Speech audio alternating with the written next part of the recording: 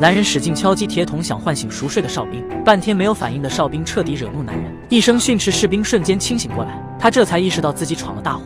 可惊讶的是，眼前的突击队长麦克不是明天才到吗？原来就在几个小时前，队长麦克带着40名土耳其士兵前来支援驻守边防的守军。不幸的是，他们在赶来途中遭到库尔德狙击手的伏击，小队瞬间被打得晕头转向，纷纷寻找掩体向四周还击。其中一个老兵比较有经验，他瞄准枪声传来的方向射击，但是对方一发子弹射进了他的体内，那种枪声比麦克敲击铁桶还要刺耳。老兵知道敌人没有第一时间击杀他，就是采用了经典的围点打援来引出掩体后的战友。老兵果断放弃求生，朝着空阔雪地走去，直至他坚持到最后一口气才倒下。但是死里逃生的小队赶到边防哨所时，看到的却是几个正在熟睡的士兵。这般松散的纪律让麦克恼怒，如果他们晚一点到或者没有赶来，路上碰不到恐怖分子，那么基地里的几名士兵就会因为哨兵的熟睡全员丧生。麦克让所有士兵站在雪地里，他将危机意识传达给每一个人，让他们记住，现在能听到他的骂声是最幸运的，不然用不了多久运回国的就是他们的尸体。其实麦克的愤怒并不全是哨兵的责任，而是害怕他们成为新闻里的阵亡名单，或是父母手里的骨灰盒。就像老兵那样，麦克的愤怒显然起了作用。基地里的士兵们开始主动训练，在雪地中勘察射击位置，在暴雪中拉练。就这样日子一天天过去，这期间恐怖分子像是销声匿迹一般。直到麦克给家里人打电话时，一个陌生男人的声音夹杂进来。麦克虽然没听过这个声音，但他肯定对方是代号为医生的恐怖头目。之前增援士兵的出现打乱了恐怖分子的计划。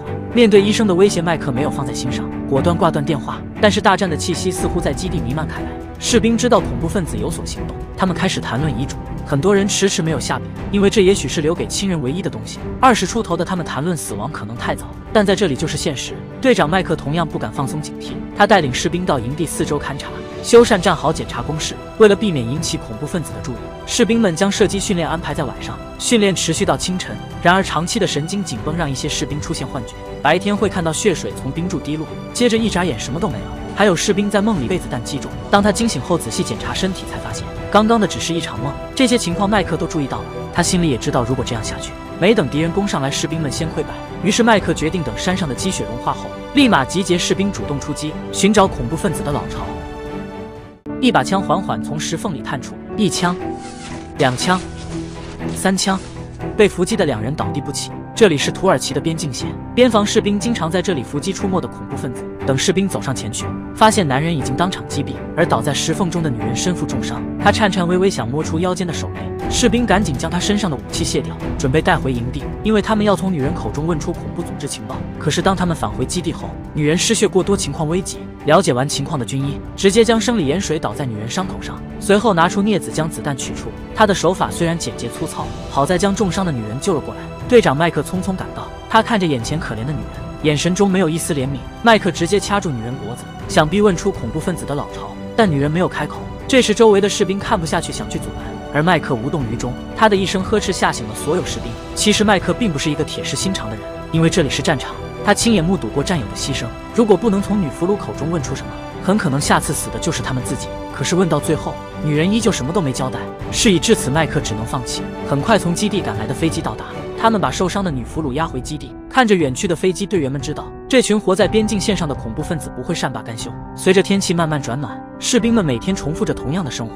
不过还有2个星期他们就迎来了休假，但离开这里真的会顺利吗？闲来无事的士兵们给家里打去电话，母亲在电话中喋喋不休，表达着父母对孩子的担忧。还有电视里播报的关于恐怖分子新闻，让有的士兵整夜心神不宁，睡不着觉。士兵们接过家人电话时，有的严肃，有的嘻嘻哈哈，也有的止不住流泪，都能感觉到边疆战士内心的孤独、渴望和眷恋。高山上因为信号不稳，电话时不时的会挂掉。等挂断电话，他们拿起枪，成为无坚不摧的军人。随着这样漫长而枯燥的生活一天天消逝，士兵们开始一点点放松警惕。怎知这天，代号为医生的头目再次打来电话。队长麦克没有猜错，之前被抓的女人正是医生的妻子。他在电话里威胁要将基地里所有的士兵杀死，给自己的妻子陪葬。就在医生打完电话的那个晚上，一名士兵的第6感告诉自己会出事，随即他拿起电话打给家人。殊不知话筒还没有放下，危险就发生了。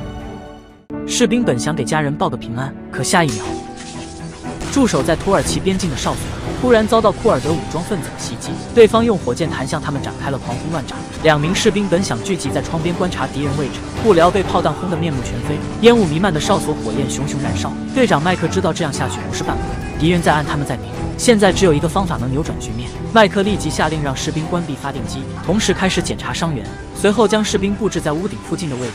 随着照明弹的升空，敌人位置瞬间暴露出来，机枪手快速对准敌人火力压制。虽然这次取得了一些小成效，但敌人随即掏出了更强的武器反击。基地内部受伤的士兵因恐惧精神崩溃，战场上除了弹壳出膛声，还有哭泣声混合在一起，让整个哨所如同人间炼狱一般。与此同时，外面的战况愈加激烈，袭击发生还没有10分钟，哨所里的士兵已经死伤大半。恐怖分子吹响了总攻的号角，对方抓住时机派出人体炸弹冲进去，刹那间整个哨所安静了下来。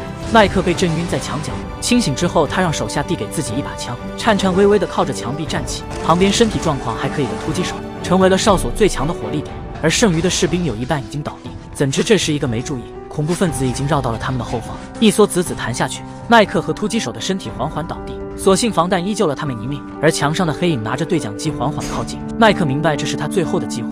随着恐怖分子进入房屋，基地的惨状也映入眼帘，到处都是士兵的尸体，而1楼已经基本没有活人。麦克所在的2楼，士兵慌张地跑到他的身边，想要帮他包扎伤口，但是被麦克拒绝。